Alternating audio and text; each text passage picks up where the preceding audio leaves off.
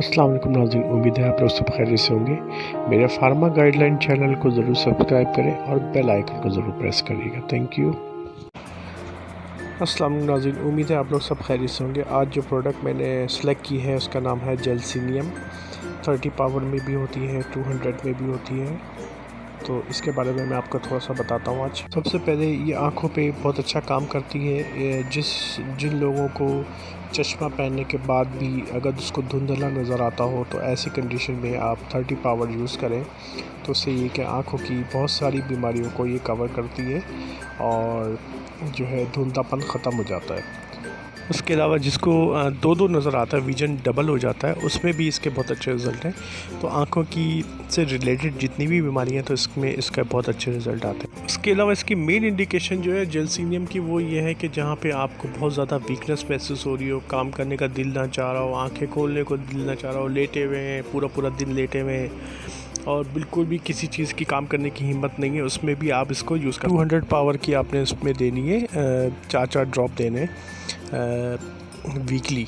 तो उससे ये कि आपकी डलनेस वगैरह ये जो है ना ख़त्म हो जाएगी। और इसके अलावा ये पैरालाइज जो पेशेंट होते हैं उनकी वीकनेस और बहुत ज़्यादा हो जाती है और थोड़ा सा लेंदी हो जाता है प्रोसेस, तो उसमें भी आप 30 पावर्स से यूज़ करवाएं। 4 करते दिन में 3 दफ़ा दें, 1 मंथ तक यूज़ कराएं तो पैरालिसिस इंशाल्लाह ख़त्म हो जाएगा। इसके अलावा ये टॉन्सिल्स पे बहुत इसके अच्छे रिज़ल्ट हैं और टॉन्सिल्स का हमें कभी भी ऑपरेशन नहीं करवाना चाहिए। ऐसी कंडीशन में जो है ना पेशेंट को हमेशा छींकें आती रहती हैं और वो ज़्यादा बीमार हो जाता है पहले के मुकाबले, क्योंकि टॉन्सिल्स जो है वो हमारी जो बाहर से जो एयर से जो जरासीम आते हैं उसको कवर करता है, उसको रोकता है।